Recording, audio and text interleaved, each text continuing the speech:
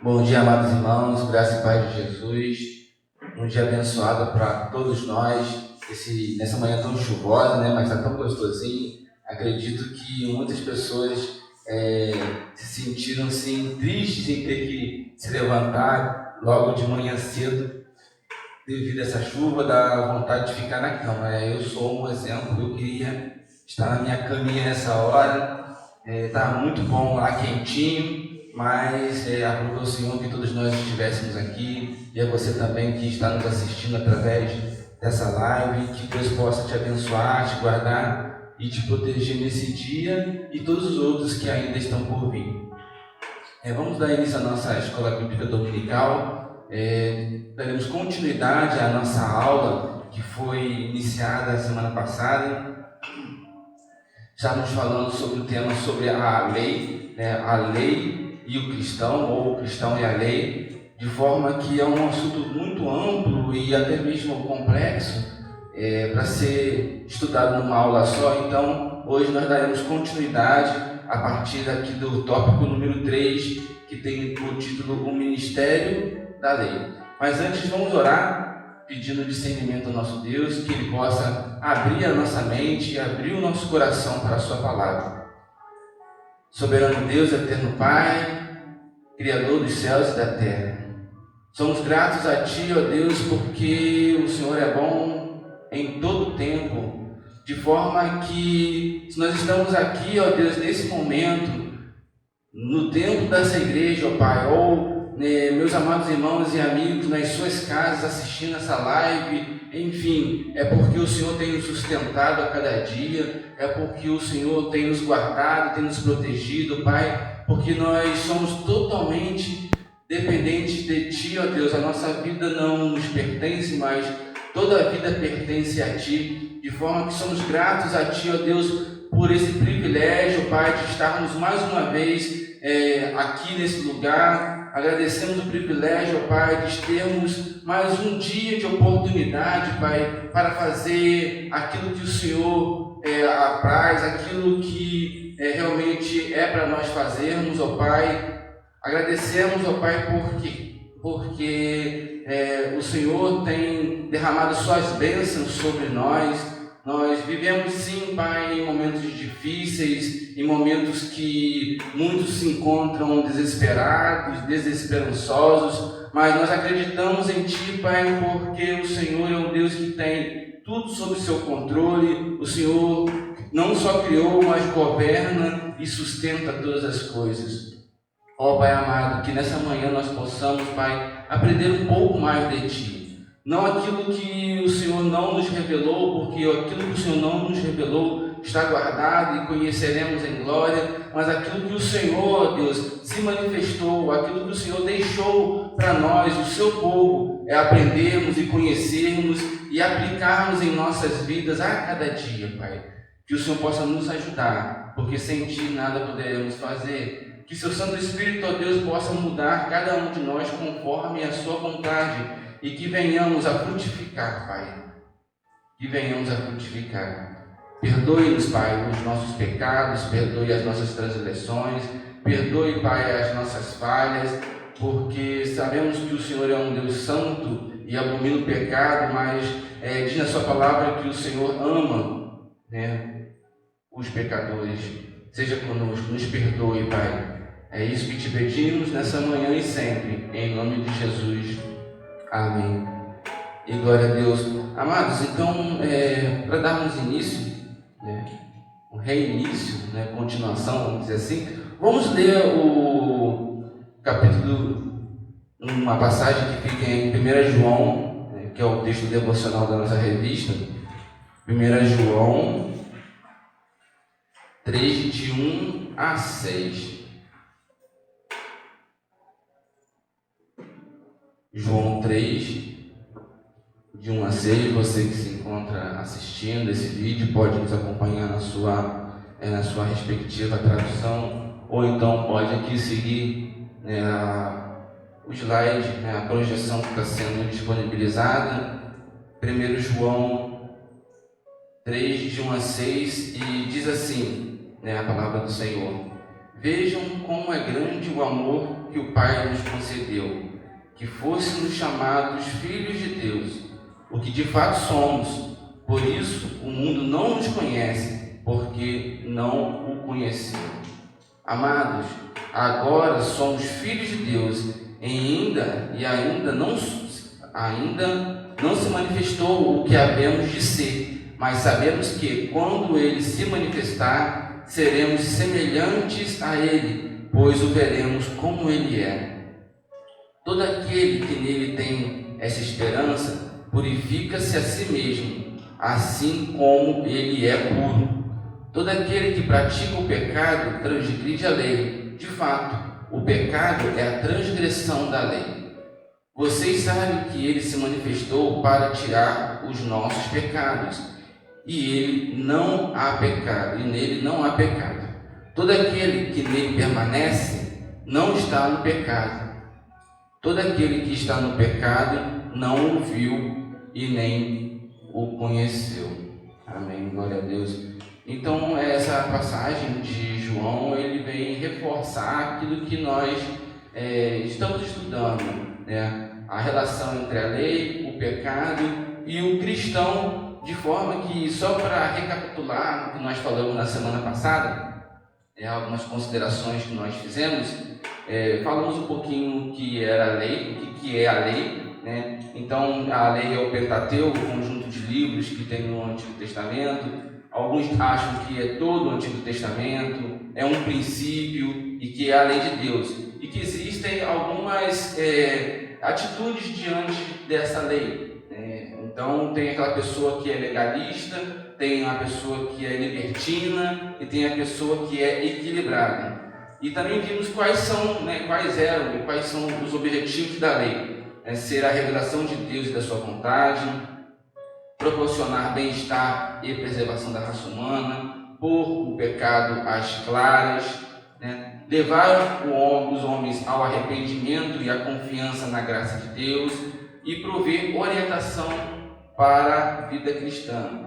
E logo após também falamos um pouquinho que a lei é santa, sendo Deus santo, justo e bom. E o problema não estava na lei, nem está na lei, mas o problema ele remete ao ser humano, que não consegue, vamos dizer assim, cumprir a lei de forma adequada, da forma que agrada a Deus. Então, mais que essa severidade da lei, essa condenação da lei, aquilo que a lei realmente exerce sobre o ser humano, né, ele, de certa forma, para nós cristãos, não existe mais. Porque nós nascemos em Cristo, conforme Cristo ressuscitou, nós nascemos como uma nova pessoa, sem termos ali a culpa pelo pecado, a influência do pecado ainda existe, mas o pecado ele não domina o nosso ser, de forma que nós morremos para a lei e passamos a pertencer a uma outra pessoa, que é Jesus Cristo. E Paulo dá uma ilustração fazendo uma relação com o casamento. Então, logo após, é o que nós vamos conversar nessa manhã, ele vem e diz assim, em Romanos 7, de 7 a 13. Vamos dar uma lida em Romanos 7, de 7 a 13.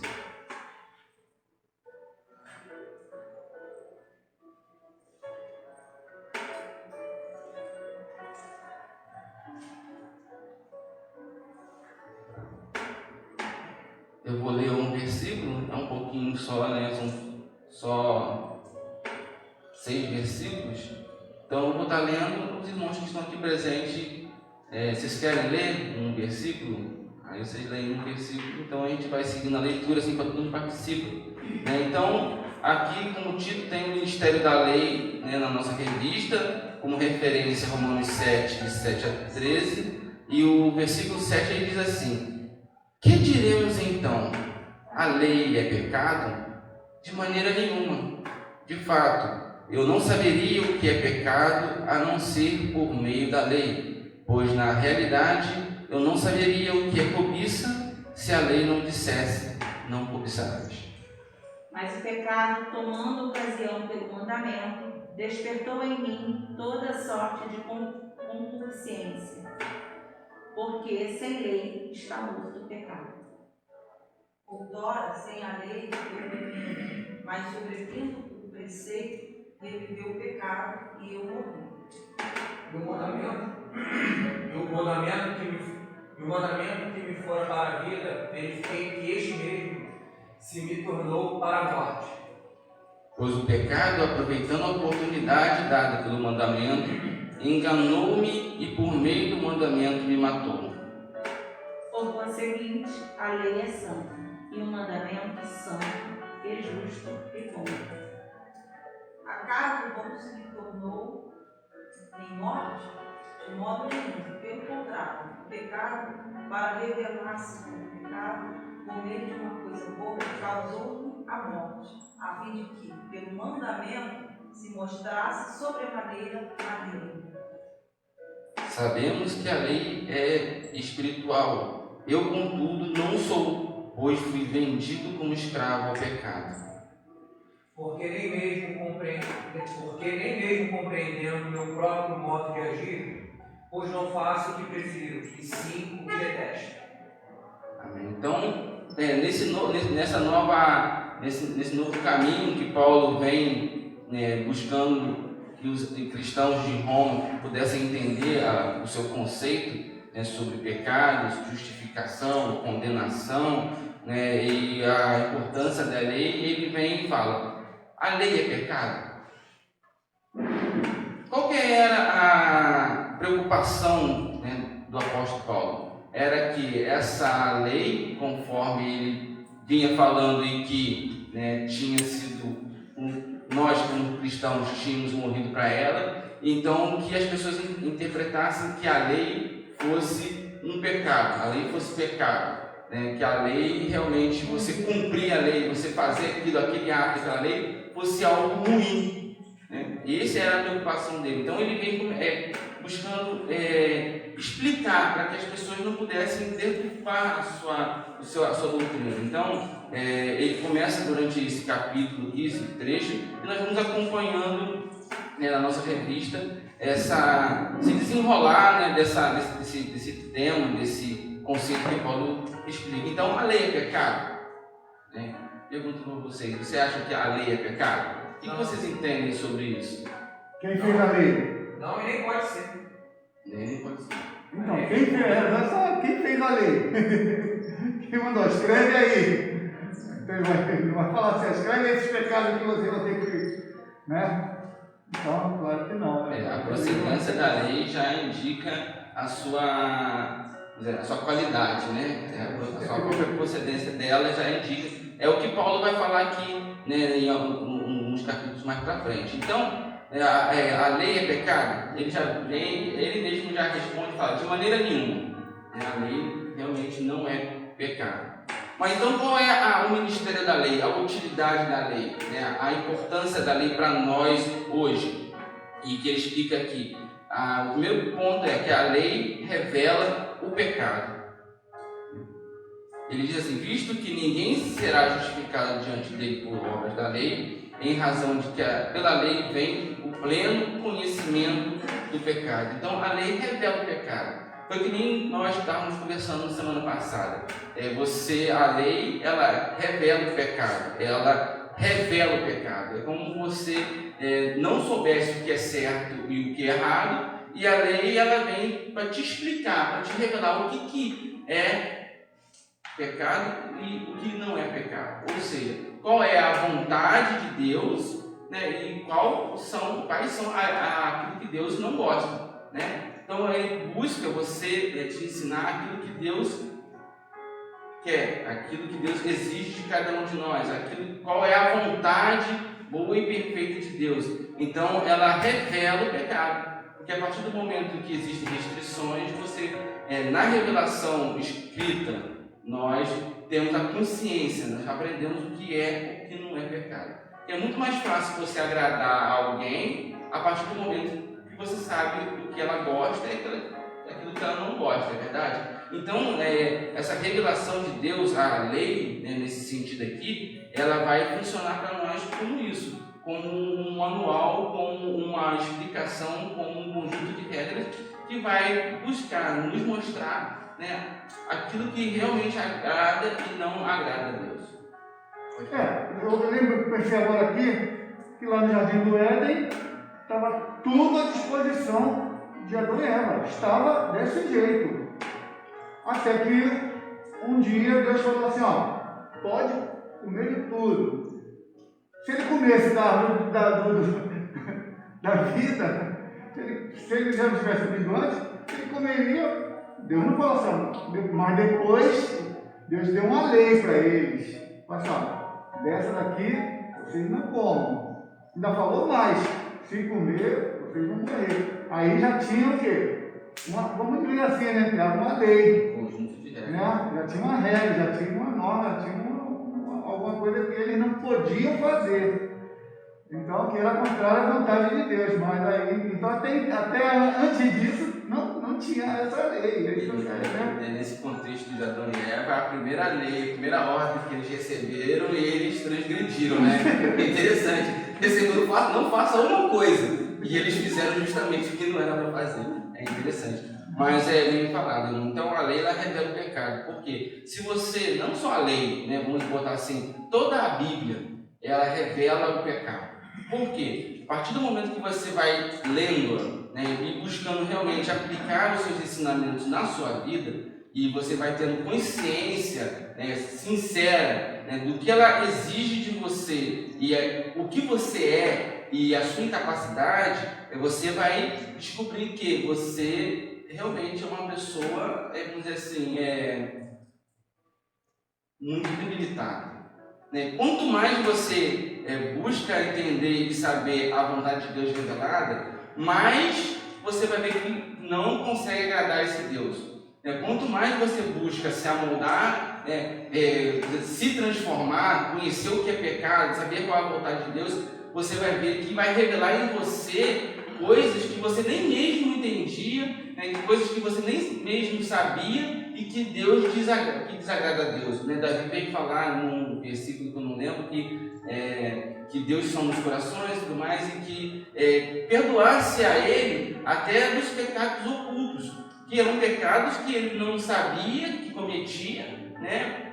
Por não haver assim, algo que pudesse dizer para ele claramente, mas que ele já estava pedindo perdão por aquilo que ele fazia que possivelmente desagradaria a Deus. Então a Bíblia ela vem nesse sentido de te confrontar, fazer você ressaltar o pecado que existe em você. Né? Então, para revelar o pecado.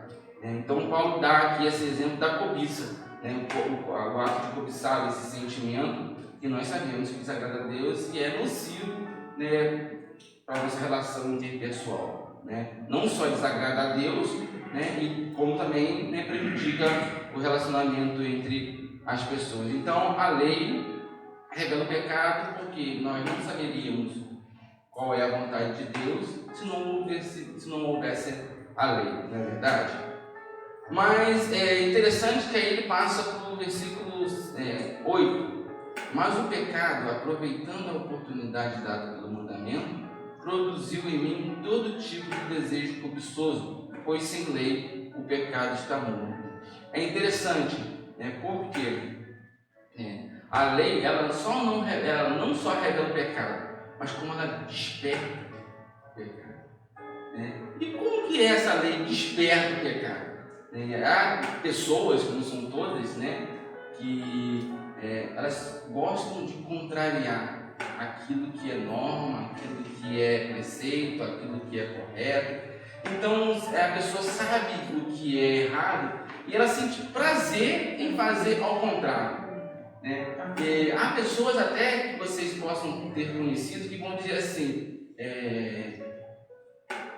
escondido é mais gostoso, é mais interessante, aquilo que você fazer, aquilo que é contra as regras é mais emocionante, quebrar as regras é emocionante. Então, dá no sentido de que a partir do momento que você sabe que aquilo é errado, você sente satisfação em fazer errado. Porque o proibido o ser humano tem daquela questão do proibido, libera neles várias, enzimas que acelera, é gostoso, Então, você sabe que ali você pode andar com 80, mas andar 120 para muitos é algo interessante. Então, quebrar as regras para muitas pessoas é algo satisfatório, né? E infelizmente a lei tem essa capacidade, né, de, conforme diz aqui, de despertar. Você não sabia que aquilo, não sabia, mas você descobriu que aquilo é errado. Então aquilo te dá um desejo no coração de fazer, né? Porque se você não soubesse, você não iria fazer, né? Isso que Paulo está querendo dizer aqui, né? Se você não soubesse, possivelmente você não iria fazer, e sendo assim você não estaria pecando. Então, de certa forma, a lei desperta, né, esse sentimento, desperta o pecado e dá vontade de fazer, né? Cara, mas assim, acho que mas a culpa não é da lei. Não. A culpa não pode ser da lei. É porque o contexto que o Paulo está colocando ali, o entendimento que eu tenho é de como a lei foi ensinada para o povo, né?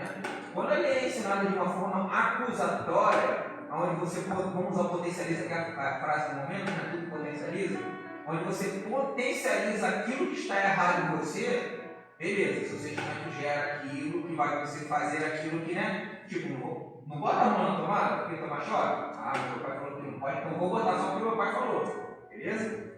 Só que eu quero trazer, por que eu digo que é ensinada de forma acusatória? Porque aí é onde está o erro. Quando você, eu entendo que assim, por nós ensinarmos, inclusive muitas vezes no dia de hoje, que a lei ela deve ser cumprida, mas não de forma acusatória para aquela pessoa, não passar para ela que é lei, isso aqui é lei, ela foi feita porque você é isso, aquilo, aí você potencializa aquilo. Eu estava lendo aqui no texto do pastor Bruno Adriano, que ele fala que assim, o problema é que a gente está seguindo pessoas que ensinam a lei de formas diferentes. Se Deus precisasse que a gente entendesse de dinheiro, ele mandaria um economista. Se Deus precisasse que a gente precisasse de ciência, mandaria um cientista. Mas como a gente tem salvação, ele mandou um salvador. Para quê? Para que a gente pudesse entender bem a lei. Porque sem a lei, como a lei não é pecado, a lei não traz a salvação vem através da graça. Porém, a lei é o quê? É uma mão de regra que a gente pode usar aqui como? É um caminho, é um atalho, é uma indicação, são as normas que a gente deve seguir. Usando o exemplo que eu dei numa outra aula para fechar, é a mesma coisa. A gente faz coisa errada pra caramba.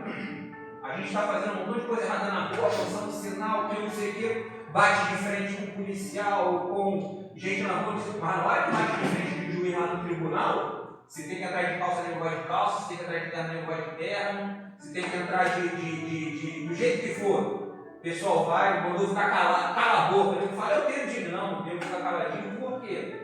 Porque ainda é ensinado que com o juízo o buraco é mais embaixo. Mas infelizmente a gente não vem ensinando as pessoas, não de forma acusatória, mas que Deus é o criador dessa lei e com ele o buraco é mais embaixo. Aí a gente quer fazer o que a gente faz. É verdade. Mas nesse sentido, bem colocado, Marquinhos, mas nesse sentido aqui, desse texto, ele diz assim, porque, conforme o autor diz, essa lei, ela desperta a nossa atenção. Lógico, ele não está falando aqui, isso é geral, né? Que é uma regra que não abre mão de ninguém. Todos nós, todas as pessoas fazem assim, né? Que é uma regra geral para todos, mas é uma generalização, né? Um exemplo, né? Que você é despertado pela lei, né? Que antes você não sabia, agora você sabe, e isso te dá um estímulo para fazer aquilo que é errado. Não que a lei tenha esse poder, né? Conforme o Marquinhos falou. Isso o Paulo vai dizer mais para trás aqui na nossa revista, que isso aí tudo parte, né, da questão do ser humano, mas dá a entender que se a lei nos estimula a fazer isso, vamos dizer assim, que está falando, então você pode pensar, então a lei é pecado, então a lei me leva a pecar, né, me leva ao erro, né, então aí ele vai seguir e vai falar, não, de maneira nenhuma, né, ele vai explicando, mas nesse caso a lei revela o pecado, como também o expõe e o desperta. Porque, conforme que diz, a pecaminosidade do homem em contraposição a lei de Deus o leva a fazer o que é proibido. Então, o problema é sempre no ser humano, né? Ele vai falar aqui que a lei é perfeita, mas o problema sempre está em nós, que confundimos as coisas. Esse dia eu estava conversando com a Poliana e ela falou: pai, existem várias outras formas de governo, né? Existe a democracia, existe o socialismo, existe o comunismo. E interessante, se você for pegar, a ideia de todo mundo é legal. Ninguém pensa assim, eu vou destruir tudo isso, né? A gente tem que pensar a melhoria. Então tem pontos, aspectos interessantes. Né? Mas por que tanto um quanto o outro, onde que é socialismo, você vai ver que existe um excesso? Né? Na democracia tem um excesso. Todas as formas de governo têm um excesso prejudicial. Né? Por quê? Porque é gerida por ser humano. O ser humano, ele tende a fazer que as coisas não deem muito certo. E a ideia é legal, mas ele faz, e quando chega a um determinado ponto, um grupo de pessoas, lógico, vai puxar a marimba para o lado dele. Né? É esse que é o problema. Pegando o exemplo que você estava dando, para ver como o buraco é muito mais embaixo quando a gente fala que é o ser humano mesmo, porque nós estamos conversando aqui hoje 4, 5, 6, 7 pessoas. Nós temos a Bíblia, certo? Você tem uma revista, deve ter na sua mão. Nós temos um contexto histórico absurdo atrás da gente, no qual nos permite fazer o quê? Uma análise, certo? Uma análise de prós e contras em relação a quem cometeu o erro, quem cometeu acerto e não sei o quê. Quando a gente entra no contexto que foi falado nisso de Adão e Eva, vamos pensar assim, eles tinham um histórico anterior? Praticamente não, né? Vamos dizer que zero, né? Zero. Mas aí o homem deu entrada, né? A Eva tinha essa noção de que Paulo fala, tipo, Paulo falou para mim aquilo que eu quero fazer, eu não faço, aquilo que eu não quero eu faço. Vou dar a voz para essa serpente? Não tinha. Né? Ela, pelo contrário, né? Pelo contrário, ele compete até com Deus ali. Mas o homem, né, deu ouvido a quem ensinou que eu falei errado. Porque Deus falou que não. Mas aí falaram, não é bem assim. Está dentro de nós. Deus te deu. E Deus te deu e dá no que dá hoje. Né? Dá no que dá hoje, é verdade. Mas eu ia completar. A lei brasileira proíbe fumar cigarro? Não. Nem é de Deus. Não proíbe fumar cigarro. A lei de Deus, ela não proíbe fumar cigarro nem droga nenhuma. Nenhuma, nem bebida, nem nada. Mas droga já é proibido pela lei brasileira. Sim. Se a pessoa, né? A Mas gente aí a gente fica analisando isso. por que tanta gente começa. Hoje está viciado? Tá. Mas quando começou, ele não era viciado no cigarro. Mas a curiosidade de Adão e Eva, a curiosidade minha, me leva a, poxa, meu pai não quer que eu fume, vou fumar escondido, vou fumar com o coleguinha na escola. Aí começa, não sabe por que está fumando, está gastando, está queimando dinheiro, literalmente, né? Porque a pessoa fala, pô, fumar é queimar o cigarro, queimar o dinheiro. E mais ainda, o cara que hoje em dia a gente sabe o contexto que a pessoa vai para a droga, né? A gente sabe mais ou menos alguns. Mas a gente vê lá, naquela coluna do dia, foi ter uma médica que não conseguia mais sair. Mas enfim, onde eu quero dizer é que cigarro, fumar, eu creio que seja pecado, mas não é contra a lei do Brasil, vamos dizer assim. Não é igual lançar um sinal, eu sei que a lei proíbe. É legal, por Então a exemplo. curiosidade de Adão e Eva é a curiosidade da gente hoje que não sabe, não consegue mais sair. É verdade. É legal o exemplo do irmão, porque, vamos dizer assim, a pessoa pode até, vamos dizer assim, falar que como não proíbe diretamente cigarro, como a gente até tem exemplos de pessoas que tomavam Tem gente que vai vinho. falar, não fica por aqui não. Então vai haver um monte de questões que a Bíblia não nos dá, né, minuciosamente, até mesmo que muitas coisas que existem hoje não existia naquele tempo, né? Não existia crack, não existia heroína, então essas várias drogas. Mas a Bíblia ela é bem clara quando ela condena o vício. Qualquer forma de dependência, né? Qualquer forma de... aquilo que te domina. Entendeu? Então, quer dizer, a Bíblia busca que aquele que a lê, o cristão, enfim, né, seja uma pessoa equilibrada que não dependa de nada a não ser de Deus. E isso é reforçado, né? Até mesmo Davi fala que a minha alma suspira por Deus, né? Eu prefiro ter a presença de Deus do que um banquete. Então ele fala assim que a dependência dele, a dependência do ser humano tem que estar em Deus. Então é mais uma questão de conceito moral, né, diante de Deus do que propriamente um ato.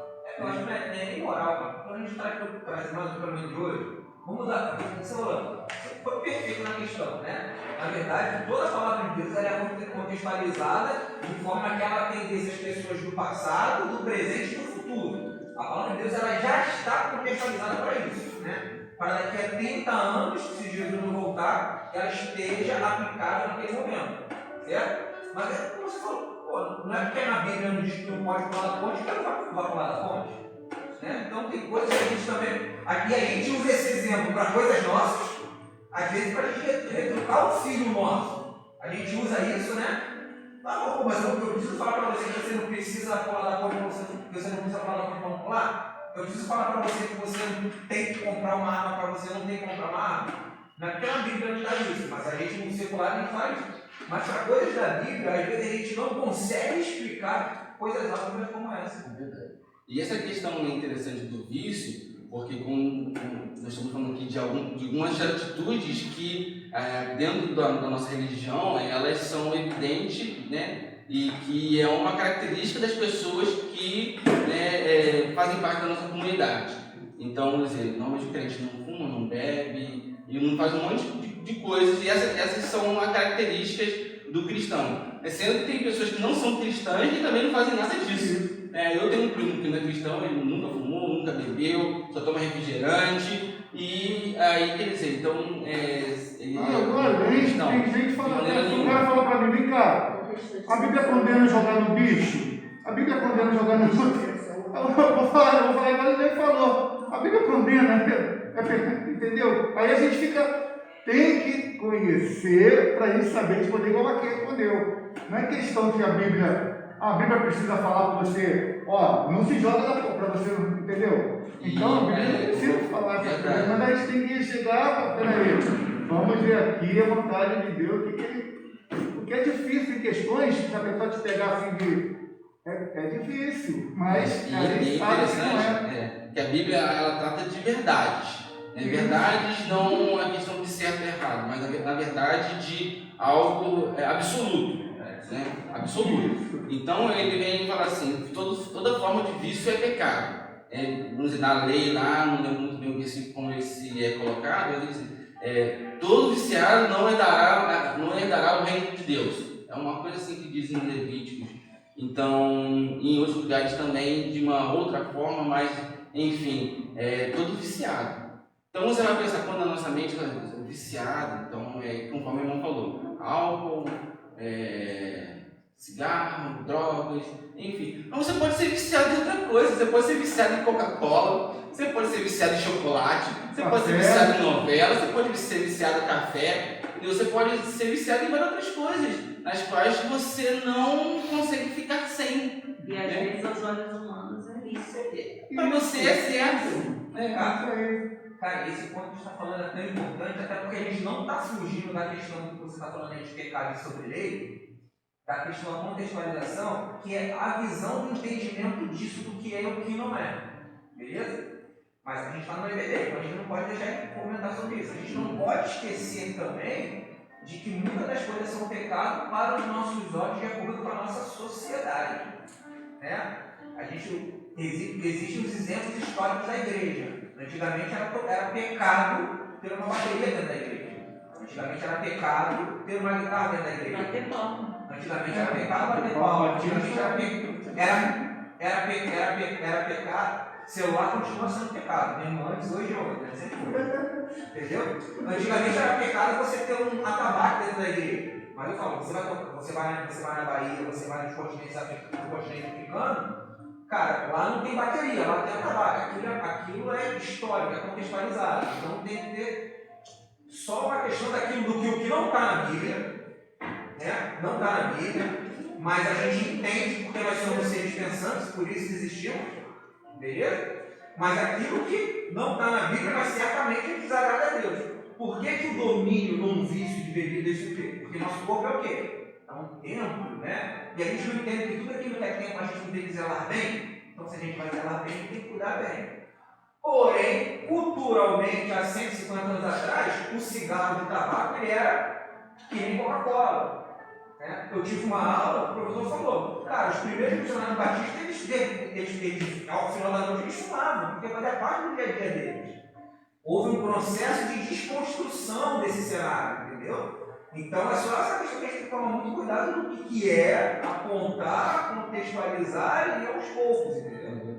É interessante essa colocação porque isso me leva a lembrar aquela questão do jugo do rabino, né? Aqueles tradutores da lei, né, de Deus que criavam, né, assim, faziam sua interpretação e exigiam do povo, exigiam dos fiéis que aquilo fosse feito daquela maneira. E é interessante que esse versículo, essa questão que o Marquinhos colocou, de que bateria, bater palma, eram coisas que eram pecado na igreja, e pelo menos eu escutava na minha época de adolescente, na igreja que eu pertencia, que era batista, que o que dava base a esse tipo de pensamento era aquele versículo que dizia: fazei tudo com ordem e decência.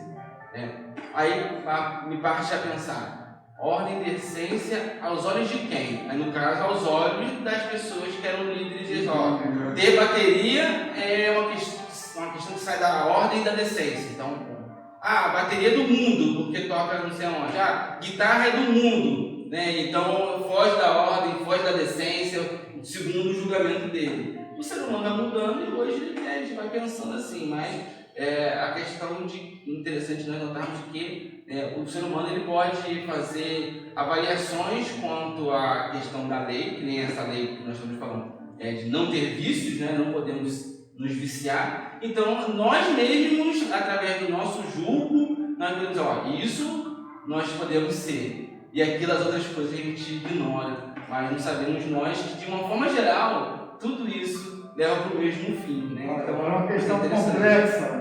Eu conheço uma igreja batista de Vila da Penha, a primeira de Vila da Penha, igreja tradicionalista, sempre, não vou dizer que ela, se a pessoa chegasse, se a mulher chegasse de calça comprida, ela entrava, mas não participava da diretoria, era quase expressamente proibido. Mas lá, vamos usar assim, não é que seria proibido, as pessoas ensinavam que não era bom, então as próprias mulheres não usavam, não porque eram até jovens, iam de saia para a igreja, etc e tal. Mas hoje temos uma discussão no momento que é muito, eu vejo os líderes, né, discutindo muito sobre pastorar. E aí? E não vamos discutir isso agora, porque isso aí é uma discussão muito profunda. Então nós temos muitas coisas que a gente fica, é bíblico, não é bíblico, é pecado, não é pecado, pode, não pode, muito mais além do que mulher usar calça comprida ou não, porque não adianta aqui já falar, não, mulher não entra de calça comprida, mas só entra de saia ou vestido. Aí ela vem com estou de saia. Não importa que seja aqui em cima, está de saia. Entendeu? Então é muito mais falar o quê? Gente, vamos nos vestir decentemente. Esquece, mas não, a gente como homem, ser humano, não pode, a mulher tem que usar vestido ou saia. Aí vem aquela rebelde, estou de saia, não importa o que entendeu? Da cruz das pernas. Mas entendeu? Então nós botamos, nós somos iguais os fariseus, aqueles caras, a gente bota regras para o outro. Pro outro não pode, pro outro, ó, pro Por outro. isso que é aquela questão de a gente não condenar, né? Vamos dizer assim, porque de certa forma todo mundo peca de alguma forma. Não, mas É eu tenho interessante. regras claras que eu não posso cumprir, mas eu obrigo você a cumprir. Mas é interessante essa posição que o irmão falou. Eu lembro muito bem, uma vez eu conversando com um pastor, eu conheci assim quando me casei, morando em de Caxias, e eu perguntei para ele, né? Ele estava trabalhando na obra da igreja lá, na igreja que o meu falecido sogro era pastor, e eu perguntei para ele por que as mulheres não podiam usar calça, porque eu tinha vindo da igreja batista, né? E ali era a Assembleia de Deus e não estava entendendo porque, não sabia, né? Enfim, aí ele falou que a mulher não pode andar de calça, porque a calça vamos dizer assim, delimia, né, o formato do corpo, aí chama a atenção do homem, né? Aí o homem vê, né? Aí tem a irmã que é casada, tem a irmã, aí você sente no coração um desejo pelaquela pessoa, e isso aí pode levar ao pecado. Aí eu falei, beleza, né? Mas, conforme o irmão falou, várias vezes eu vi, né, eles falando essa questão da saia curtinha, né? Aí você via uma irmã de calça comprida, era uma coisa, agora uma irmã com a saia curtinha, será que não chama mais atenção? Então eles arrumavam um jeito de quebrar as regras, né, e fazer a vontade da pessoa, dele mesmo, e impõe uma coisa que, né, é muito mais fácil dizer você tem que andar decentemente, sendo de calça, sendo de saia, sendo sei lá do que for, né? Então, a gente sempre prega se você se apega a determinados conceitos, mas esquece do fundamento, né? Que nem esse que nós estamos falando da questão do vício. A gente se apega a alguns aspectos, mas não pega realmente o cerne da questão. E Paulo vai dizer assim, então, né? A atribuição da lei, uma das que nós mais gostamos, pelo menos eu acho mais interessante, mais importante, que a lei, ela serve para condenar o pecado, né? Então aqui o autor da nossa lição diz assim, o papel da lei é mostrar às pessoas que elas são pecadoras e estão destinadas a morrer. Então a lei realmente vai condenar o pecado. A lei de forma alguma ela vai passar a mão por cima, ou ela vai abonar de alguma forma, ela simplesmente vai condenar aquela atitude. E aquele versículo que Paulo fala que tudo eu posso, mas não me convém. Né? Nós temos que analisar tudo que a gente pode fazer. A gente tem que fazer uma análise. Tem que, até mesmo, né, na palavra dele, que ele diz que se você usa, vamos supor, né, uma vergonha, e tem um irmão lá que fica envergonhado, então você passa, é melhor você não usar, você não prejudicar aquele irmão. Esse conceito é interessante porque fala, se não me engano, logo depois, um ponto mais à frente, ele vai falar sobre aquela questão de que tudo aquilo que faz o outro pecar, eu não devo fazer. Então, vamos dizer, todas as coisas que são lícitas, então eu sou livre para fazer o que eu bem entender, né, que eu bem quiser, né? Mas nem tudo é conveniente para mim, né? Não é saudável, não é conveniente, né? Não é conveniente para a minha relação entre o meu semelhante, entre os meus irmãos, e nem conveniente para a minha relação com Deus, né? Então, e tudo aquilo que eu posso fazer, que a minha consciência não me acusa, e que diante de Deus, né, ele não condena, mas faz a outra pessoa errar, você não pode fazer. Nós não podemos ser pedra de tropeço na vida da pessoa, e isso é um fundamento bíblico. Vem cá, Carlos. eu dou exemplo, dou sempre esse exemplo do jovem, a gente sempre fala muito de bebida sobre isso, né? Do seguinte exemplo, imagina você entrando num bar, pedindo uma cerveja, sentando do lado do cara que está bêbado e falando para ele que ele não pode beber porque ele está ficando viciado e aquele vício está fazendo ele ter problema com a família. A questão, o problema ali é a bebida? O principal ali é a bebida? Não é a bebida. É o problema que ele está bebendo? O problema não é o que ele está bebendo. O problema é como ele está fazendo, da forma que ele está fazendo, e o que ele está fazendo não está edificando a vida da outra pessoa. O Carlos estava falando que ele. Ele poderia acordar de outra forma, ele poderia ter outro caminho, ele poderia chegar e falar pro cara, como você não bebe também? Eu falo, eu bebo, mas você não bebe uma bebida desse jeito? Então tudo é como você aborda e como que você leva aquelas questões e acaba, e aí sim, aí é aquela palavra que vai na gente, né? Ai daqueles, né? Quando o senhor falar ai daqueles, é porque o outro vai. Então a gente que está fazendo é aquele cara que vê a gente na edifica a vida dele e está levando fome nada. O problema não é a bebida. O problema é aquilo que você está fazendo aonde o Carlos colocou. Você, em vez de estar edificando o cara, você está botando o cara mais abaixo. Sobre o versículo que a irmã citou, especificamente, né, tudo posso naquele que me fortalece, é verdade, mas nesse versículo aí existe o contexto, existe o que ele estava falando anteriormente. Paulo estava dizendo, né, que posso passar frio, posso passar calor, posso passar fome, posso ter fartura, posso ficar doente, posso ficar saudável. Paulo vem relatando tudo que ele poderia passar, o que ele passou. Ele fala assim, ó, eu posso passar por tudo isso naquele que me dá força, naquele que me fortalece. Especificamente, o texto é esse. O texto vem dizendo tudo isso. Ah, eu posso ficar com fome, não vou abandonar a Deus porque eu estou com fome, não vou culpar a Deus porque estou doente, não vou culpar a Deus porque... Tudo eu posso, o contexto desse versículo, tudo posso fazer. Não é que posso fazer. Isso. É de que eu Posso ter falta, isso, passo por tudo. Eu posso fazer tudo, mas eu Com passo Deus, por tudo porque Deus me fortalece. Com Deus, eu posso passar por tudo isso. Nesse versículo que eu quero relatar, que você depois puxou o versículo que tudo me é lícito, mas nem tudo me convém, é verdade. Mas o versículo que a irmã citou, tudo posso naquele que me fortalece, né? Ela falou do. Não, acho que Tudo foi é lícito, mas nem tudo me Ah, foi convém. esse versículo? É. Então me perdoe, minha irmã, eu pensei que era tudo posso naquele que me fortalece. Mas eu tudo posso também. Não, então eu posso, esquece que eu posso vou falar que eu não posso fazer qualquer coisa, né? Não dá para esquecer mais. Já foi lançado uma palha no ventilador, então agora eu tenho que catar. É interessante que as pessoas que entendem. Tem pessoas que pensam assim, que tudo posso naquele que me fortalece, eu posso fazer qualquer coisa porque Deus me fortalece. Não, Eu entendi mas graças a Deus, porque eu já falei aqui, que as pessoas não têm esse discernimento muitas vezes de, não vou falar porque o irmão Marabá está falando. Não, a irmã Liliane falou assim, não foi esse versículo que ela falou, não.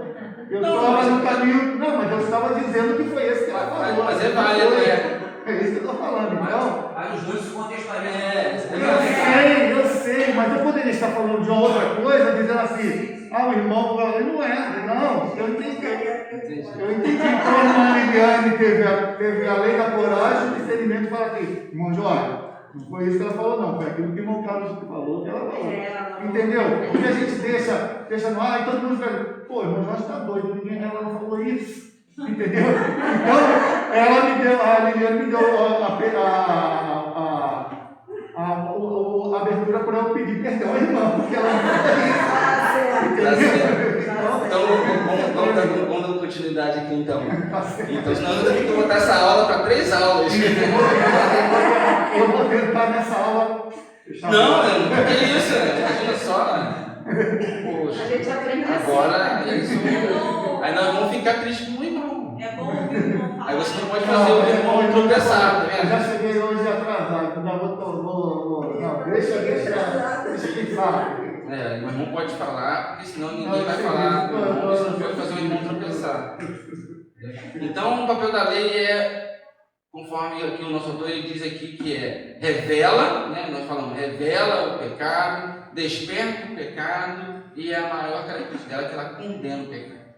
Né? Ela condena o pecado, sendo assim, há de pensar alguém que a lei é pecado, ou a lei é má, ou de alguma forma a lei é ruim, né? Mas nós sabemos que a lei é boa, e que o maior problema nessa relação entre a lei e o ser humano, o problema é o ser humano, por causa da nossa inclinação ao fazer errado, vamos botar assim, nossa inclinação ao fazer errado, nos faz com que nós realmente não cumpramos a vontade de Deus da maneira que Ele deseja, né? Da forma que Ele deseja. Então, isso nos conduz à morte. A lei não é pecado, né? A lei não é culpada, a culpa é nossa, que não tem a fragilidade do ser humano, né? A nossa fraqueza. Mas eu acredito que a nossa carne, quando diz fraca, acredito por causa dessa estrutura dela que é sujeita a frio, a fome e tudo mais, né? Não a nossa natureza em si, mas essa parte do nosso corpo, né? E mais o que ele diz aqui é a nossa natureza, né? A nossa natureza, a natureza do ser humano. Ele faz, né? Em algum momento ele erra. Ele não consegue fazer 100% certo.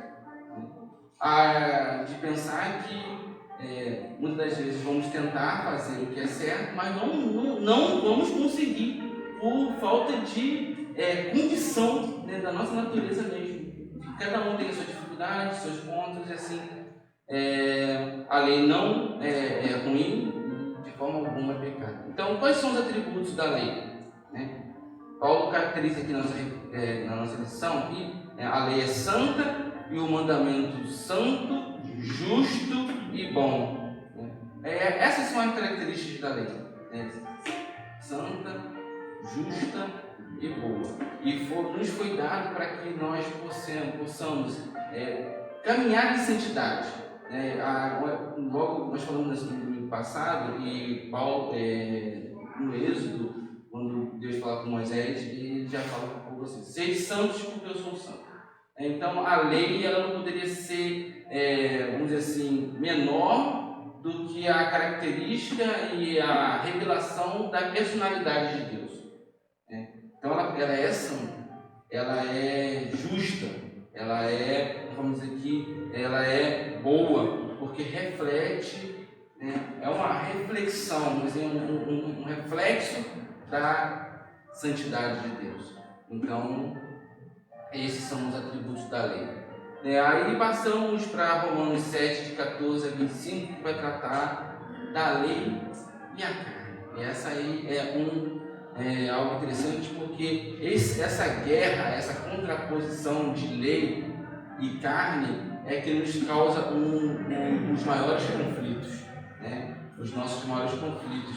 E aqui, né, diz assim, o problema nunca esteve na lei, mas no homem, né? O ser humano não é capaz de cumprir integralmente e se vê em constante conflito, né? Porque você vê, né, as exigências de Deus e percebe que você não consegue cumprir de forma adequada.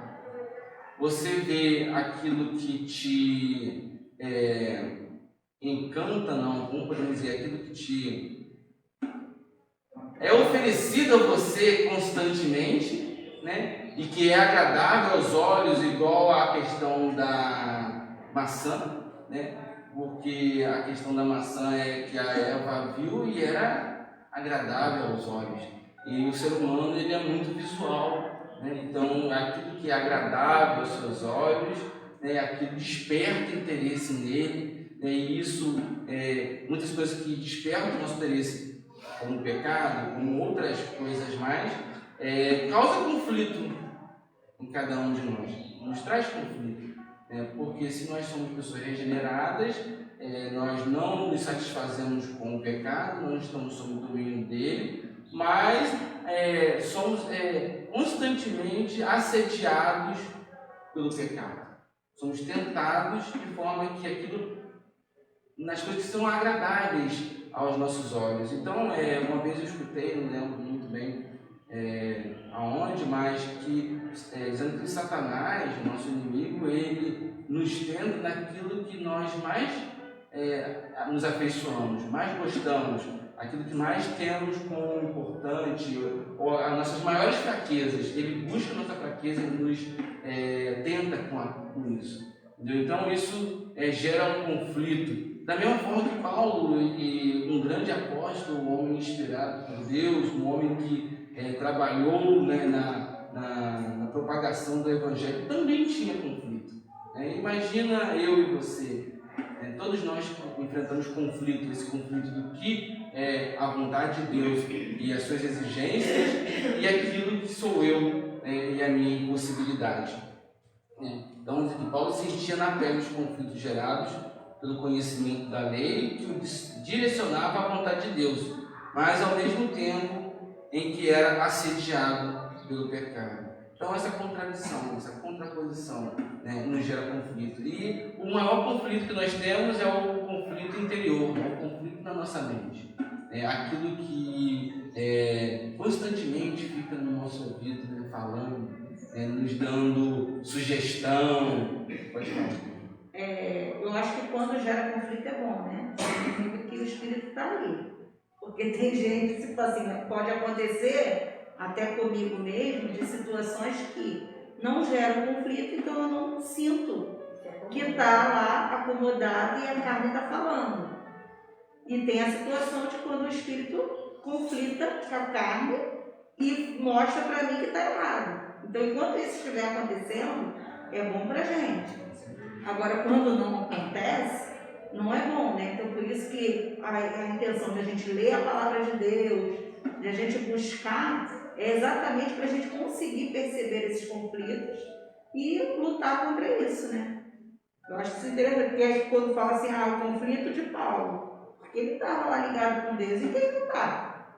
Não tem conflito, então eu acho que tudo está bom, está tudo bem. Eu não faço mal para o próximo, então está tudo bem. Mas às vezes eu faço uma coisinha sutilmente aqui e acolá, e aí? É muito bom, né? Quando mexe no nosso interior.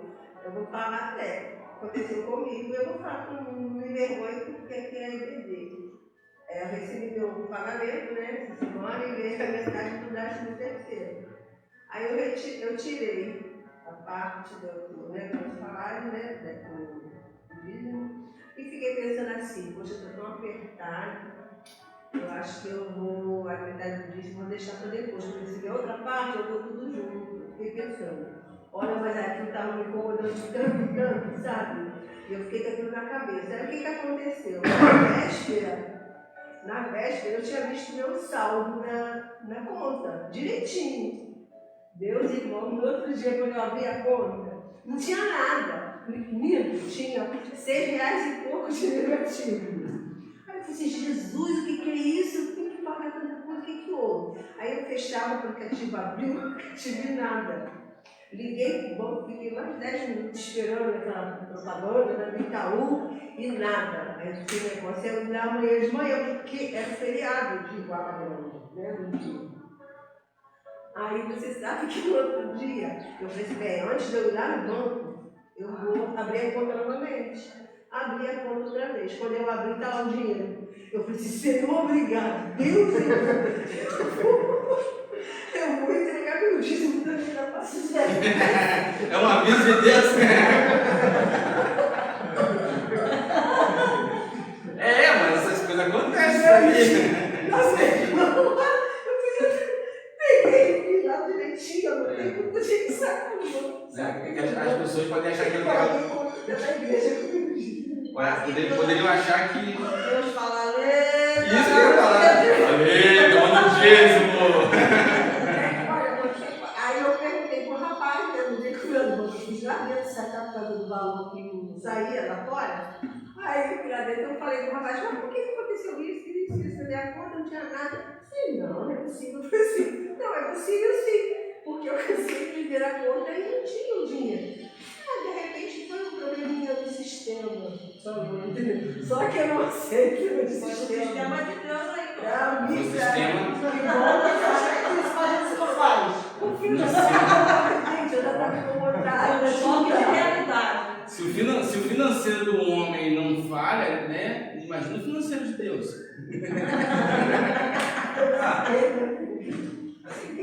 Não é que eu pense diferente da Liliane, mas eu vejo que eu gosto de ver de uma outra forma. Eu tenho para mim, o problema não é nem o conflito, o problema é qual vai ser a sua ação ou reação depois desse conflito que gera. Mas o Espírito Santo de Deus, ele não me incomoda quando eu quero fazer alguma coisa errada. Porque né? Se é o Espírito Santo de Deus habita em mim. Mas eu entendo Se que é. assim, Se é. Foi o que eu acabei de dizer. Se é, Deus habita em mim. E se é, que é o Espírito Santo de Deus. Né? Porque assim, eu tenho a lei, né? A lei, a Bíblia. Eu tenho o manual. Então sou eu. O conflito está em mim. Não é o Espírito Santo. O Espírito Santo, ele sempre vai me revelar o que é bom. Eu acho que o Espírito Santo aperta mesmo quando a gente faz errado. Porque o conflito está ali dentro, sou eu. Eu não posso. Se eu falar que o Espírito Santo de Deus está dentro de mim, e na luta dele contra o pecado ganha, primeiro, o pecado não pode ter mais força do que o Espírito Santo. Então sou eu. Não é, sabe? Não, é isso que eu estou te falando. Não é que eu não concorde com você. Eu estou falando do jeito que eu trago para o meu entendimento. Eu tenho que entender que essa luta é minha. Eu não posso transferir isso. Entendeu? Claro, porque se eu não quero, se existe algo que eu estou para fazer errado, é porque Deus está me incomodando. Beleza, tem algo em mim reforçando. Está errado. Mas sou eu. Sou eu que permito isso. Não estou dizendo que a gente está fazendo errado, que a gente está pecando, nada disso. Eu estou querendo reforçar ou mais uma vez potencializar esse entendimento em cima de tudo que a gente está falando desde o início. Somos nós. Né? Somos nós. Porque eu costumo dizer que assim, por exemplo, né? Vou beber, aí tu bebe e enche a cara. É no dia seguinte que tu acorda com gosto de tijolo na boca, não é na hora. Na hora tá uma maravilha. Mesmo que tu fez errado, entendeu? Vou usar droga, eu não usei droga. É no dia seguinte que tu acorda com dor de cabeça, tendo pro hospital. E aí nessa hora que o teu coração, né? Aquele negócio, vem, tu canta e tu vai lá, deita no chão, chora. Porque ali o Espírito Santo está te mostrando como. Tá vendo? Tá vendo como está errado? Não sei se vocês conseguiram entender, captar o que eu quis dizer. Não, eu não entendi. É forçar que somos nós, não é o Espírito Santo. É interessante porque eu acredito que a multiforme graça do Espírito trabalha em cada um de nós em determinados momentos e de forma diferente. Nos acusando, a nossa consciência quando a gente não faz aquilo que deveríamos fazer, ou então nos levando ao arrependimento, quando nós consumamos aquilo que nós não deveríamos ter feito. Um grande exemplo se dá na vida de Davi. E um exemplo interessante foi aquela questão da Betseba, em que ele olha, Davi conhecia Deus, tinha temor de Deus, buscava a comunhão com Deus, mas em determinado momento ele olhou para Betseba lá, bonitona, armou toda aquela trama, só que no dia, só nos falam do arrependimento da vida a partir do momento que o profeta chegou e falou assim, olha, isso deu exemplo, e a consciência dele falou assim, não, esse cara tem que morrer, e ele chega e fala assim, ó, esse cara foi você. E ele se coloca em forma assim, desesperada diante de Deus e arrependido e buscando o perdão. Então, às vezes, a nossa consciência acusa, e nesse caso eu posso até dizer que antes do Davi praticar o que ele praticou, eu acredito que a consciência dele estava tranquila, mas o Espírito, após a prática, a consumação do pecado, houve o arrependimento e isso o levou. Então eu acredito que muitas coisas nós vamos fazer, até mesmo porque em algum momento aquilo vai ser cobrado de nós de alguma forma e nós vamos aprender com isso. Eu acredito muito nisso. Carlos, sobre Davi, o Espírito Santo vai falar, não é possível que o Jorge está tão tranquilo depois de ele ter feito isso. Não é possível. Peraí, eu vou ter que mostrar a ele que ele errou. Eu lembrei aqui de Balaão. Eu acredito, eu creio que se Balaão continuasse, aquele anjo que estava lá com a espada flamejante ia acabar com a vida dele. Mas Deus é tão misericordioso que usou a mula para falar, para abrir a mula que a gente sabe que não fala, que fala, a mula para falar com ele, ó, não vai, você não vai ser morto.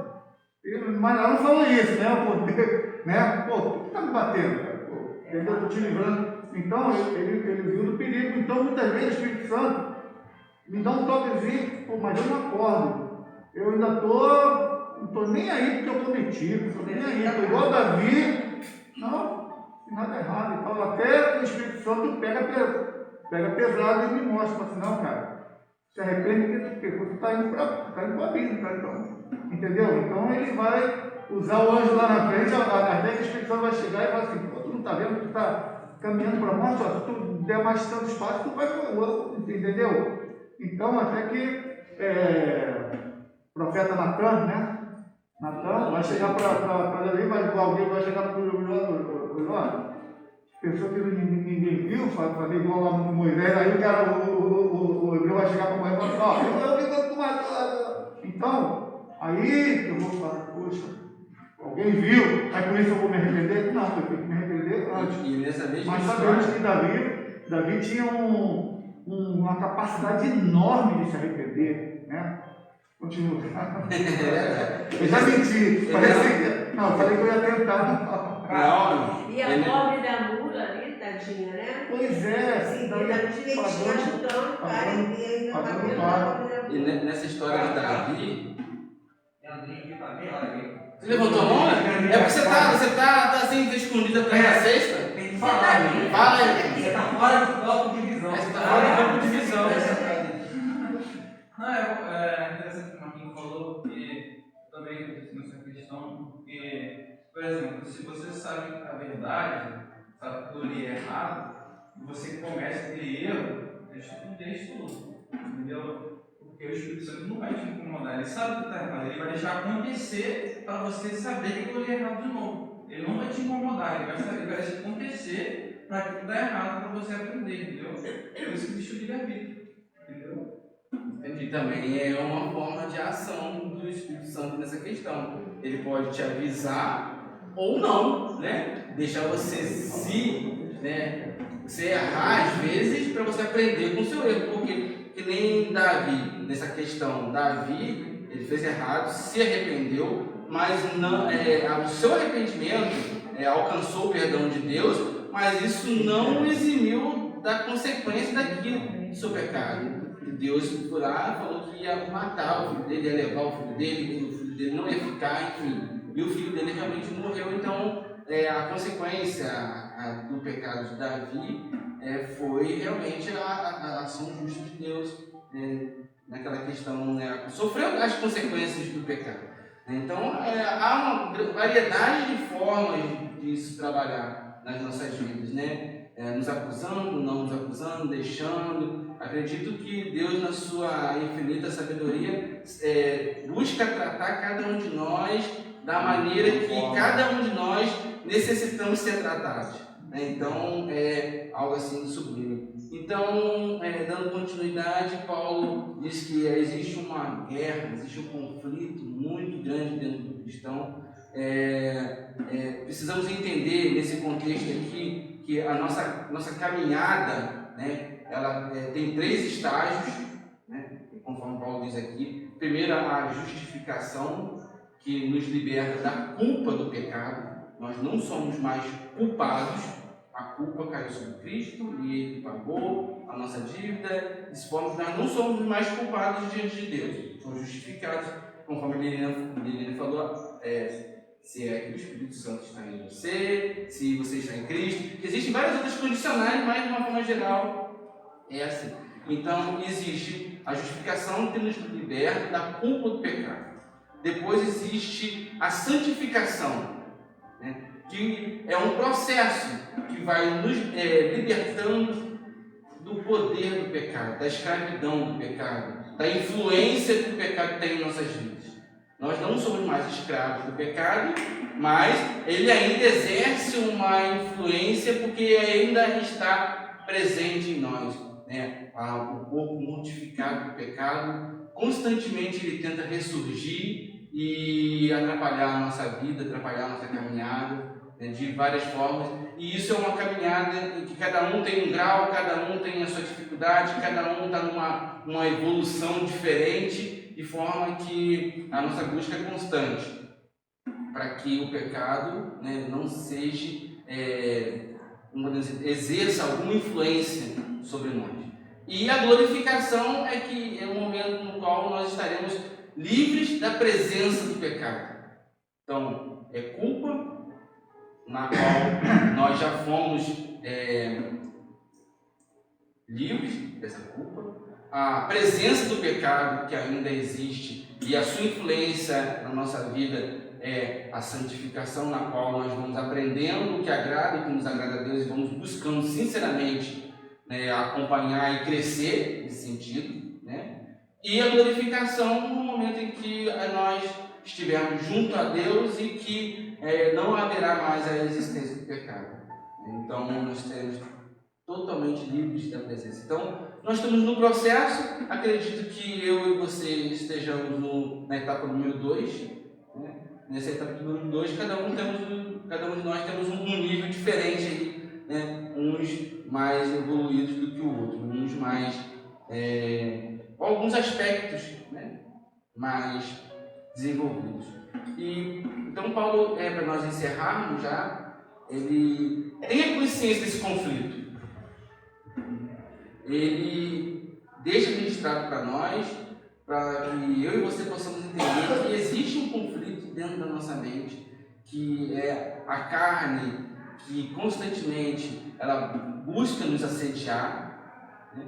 E sendo assim, nós precisamos ter a consciência do que é pecado e do que não é pecado, para que a gente possa se arrepender ou não fazer, e que, diante disso tudo, né, quando nós tentamos fazer uma coisa que não conseguimos, né, o bem que nós tentamos fazer não conseguimos, como a gente tenta agradar a Deus das melhores maneiras possíveis, mas de alguma maneira a gente sempre erra. Buscamos ter um relacionamento sincero e de amor com o nosso próximo, mas muitas das vezes a gente pisa na bola com um irmão, ou com aquela pessoa que está ao nosso lado necessitando da nossa ajuda. Enfim, o nosso relacionamento entre o pecado, a nossa natureza e a nossa espiritualidade, né, ela gera um conflito. Nós precisamos ter consciência disso, que existe uma guerra interna dentro de nós.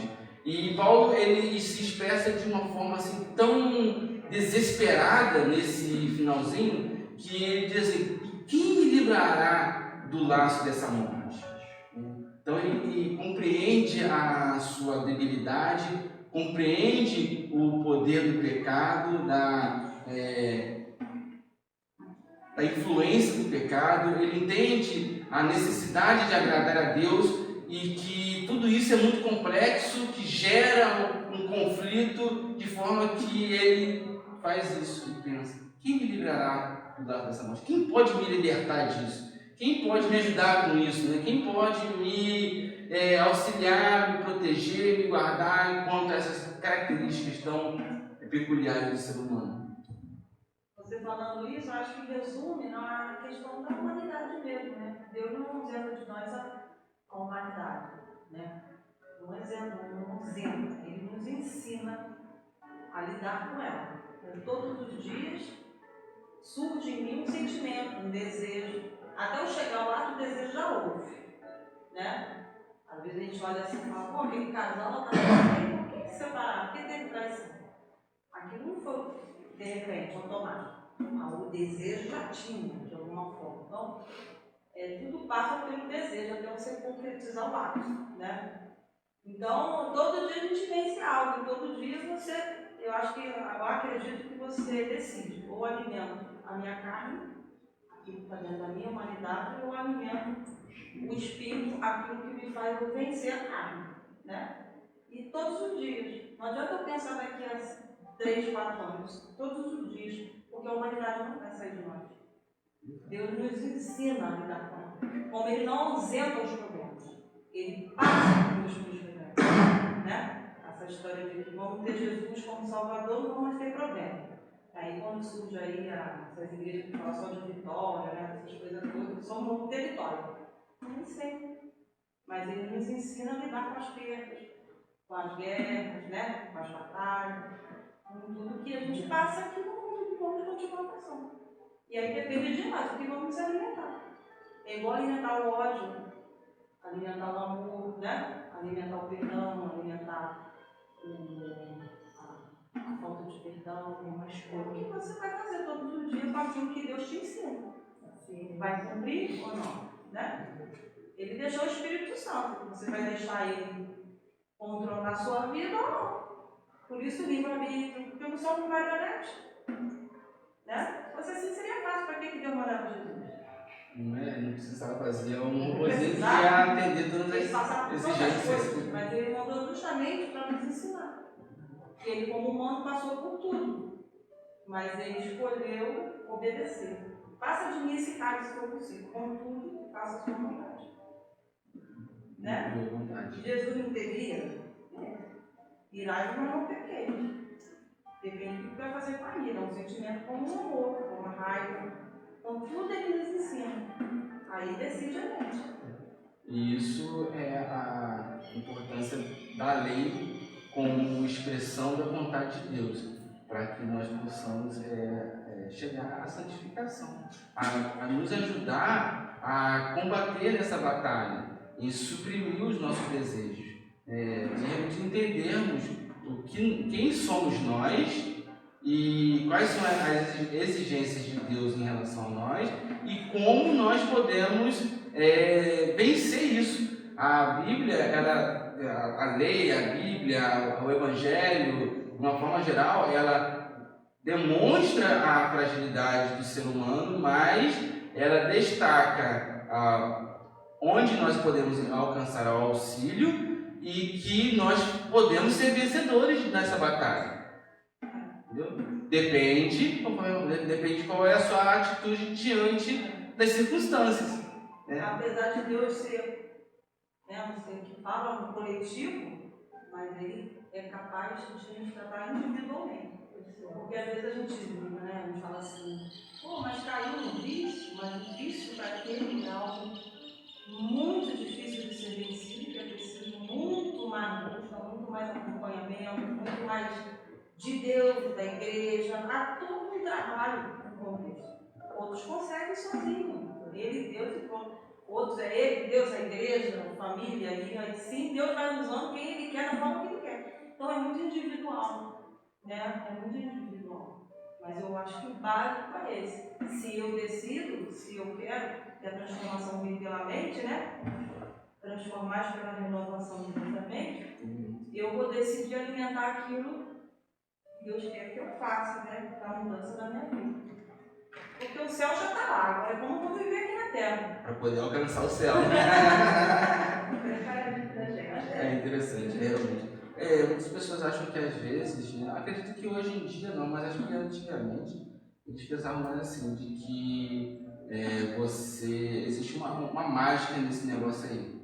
Existem implicações espirituais, mas dentro de nós, da nossa humanidade, não existe passe de mágica. Existem coisas que você vai superar de consciência logo no início da sua caminhada, né? Você fáceis para você. Outras não vão ser tão fáceis assim para você. E a forma que você vai descobrindo isso através da lei, né, como vontade de Deus, você vai descobrindo e vai sendo tratado e se tratando, né, buscando agradar a Deus e obedecer à sua vontade, com gratidão, né, por sua liberdade, e também você entender que no momento que você pecar, a lei está te condenando, que você vai sofrer consequências, mas também existe o perdão de Deus que vai ser alcançado por você. Enfim, esse relacionamento entre a lei, a vontade de Deus e o homem, ela tem que ser sempre encarada pelo lado positivo, né? Como expressão da perfeição e da vontade de Deus, que mostra a nossa incapacidade, mas também mostra para Deus a nossa vontade de obedecer, né? A nossa vontade e alegria de obedecer, e também nosso reconhecimento e a nossa humildade em pedir perdão, né, naquilo que nós não conseguimos fazer, e a nossa vontade de melhorar. Então tudo isso é relacionado. dentro desse conflito que é a nossa vida, né? Nossa vida é Hoje, se tivesse um Davi dentro da igreja, seria um escândalo, né? Mesmo sendo no século XXI. Mas você tem um Davi dentro da igreja, você ia ficar, meu Deus, esse cara vai convertir. Não é de Deus, Não né? é de Deus. Mas Deus não vê como a gente vê, graças a Deus, porque eu olho para você e vejo o Carlos cheio de pecado, cheio disso, cheio daquilo, mas Deus te vê perfeito no olhar dele, que você pode alcançar, eu acredito. Então ele vê seu coração, né? Porque ele entende a gente. Agora, é claro, não vamos ser sem vergonha de ficar justificando a humanidade fazendo o que quer. Não, mas... Por isso que ele fala, nós temos liberdade, né? Nós somos livres da lei nesse sentido de que não vai nos levar à morte porque nós já fomos salvos, né? Então há de pensarmos que então eu posso fazer o que eu bem entender, né? Aí ele vem no de maneira nenhuma, né? As boas obras, os bons sentimentos, essa busca constante nossa de sermos melhores é uma característica da nossa transformação, porque se nós não buscamos agradar a Deus, não buscamos ter um bom relacionamento com o nosso irmão e com Deus, isso pode ser um reflexo de não estarmos em Cristo, ou de não termos entendido a real importância, né? E precisamos rever os nossos conceitos e ir pelo caminho bom, né? Porque Deus é um Deus de oportunidade. Ele é grande, aparentemente, vamos dizer assim, para muitos é um Deus severo, mas ele é um Deus que nos dá oportunidade cada dia. Nós somos seres relacionar, né? Assim, Deus manifesta em nós a partir do momento como eu relaciono com Ele. E eu vou entender e saber o que Ele quer de mim e como Ele pode agir em mim a partir do momento que eu relaciono. Assim como nós. Eu sei quem eu sou quando eu me relaciono com o outro. Eu sei quem a Leda é porque eu me relaciono com ela. Então eu vou julgar as qualidades, eu vou julgar os defeitos porque ela se relaciona comigo. E assim sucessivamente, né? Então eu não vou saber quem eu sou, as minhas qualidades, os meus pecados, se eu não me relacionar. Os meus defeitos. Está dentro de mim, como eu vou saber? Então, eu vou me relacionar com você e você vai saber, eu vou saber. As minhas características. E assim a gente vai. Vamos caminhando. Vamos caminhando, né? Acho que o Evangelho é muito simples. Porque quando a gente começa a complicar, ele pesa dentro de nós. É isso, Deus não quer isso. É verdade. É uma tentativa. Infelizmente, muitas pessoas buscam, estão se apresentando o Evangelho como o tempo do judaísmo, o tempo de Jesus, algo de aparência, né? Aí tinham aquelas roupas bonitas que mostravam para outros a sua posição, a sua importância, né? Eram pessoas que, aos olhos das outras pessoas, faziam o que era bom, o que era correto, o que era justo, diziam que conheciam. Então eram pessoas que viviam de aparências, mas não tinham um coração, vamos dizer assim, transformado, um coração realmente contrito, em fazer a vontade de Deus, fazer para inglês ver, né? Para o outro ver e aplaudir ele, né? Sim, eu sou. Então tem muitas pessoas que pensam assim, criam essa parafernália toda, criam um negócio, olha para os homens, não olha só aqueles caras ali, eles são velhos, são santos, eles são os caras, eles são eruditos, eles são isso, conseguem arrastar multidões, enfim, existem muitas características, né? Mas a simplicidade, a essência, né, estão afastados. Não são todos, lógico, né? Mas muitos estão afastados da verdadeira essência do Evangelho. Né? Aqui eu acredito que a essência do Evangelho é o arrependimento, a fé e o arrependimento. Havendo fé e havendo arrependimento, a caminhada vai seguindo mais prática. Não é? Irmãos, então vamos vamos finalizando nossa EBD nessa manhã, já temos um horário já passado já, e é sempre muito bom, né? E nunca é fácil. A vida cristã, o conflito cristão nesse mundo além do assédio das outras pessoas, nossa batalha espiritual, ela é travada e muitas vezes há momentos em que nós caímos e cedemos, mas há momentos que nós nos levantamos, e o importante é a fé, conforme eu falei, e o arrependimento. Vamos orar mais uma vez? Irmão. Só incluir na hora que for orar, alguns sabem que tem quase 2 meses que eu perdi um irmão, né? Porque estava com Covid. E ontem o meu outro irmão, inclusive é pastor, alguns já falei, porque é um pastor da Assembleia de Deus, mas se internou também. Não sei se está no hospital evangélico ou samaritano evangélico, né? Também está com suspeita, mas eu acredito que minha sobrinha mandou a foto, acredito que ele esteja com Covid, já está com 50% do pulmão comprometido e está com pneumonia viral, bacteriana, uma coisa. Enfim, Deus é dono de tudo, eu confio, eu creio nisso. Então, eu peço a Deus, né, nossa missão é orar. Deus sabe o que faz, eu fico tranquilo quanto a isso, né? Mas orar por ele, pelos filhos, pelo neto, tudo. Mas Natanael é um nome diferente, mas a gente sabe quem foi Natanael, e Natanael é o nome dele. Quem lembrar em casa, agora, então, eu faço esse pedido que Deus que está com ele ali, né? Que esteja.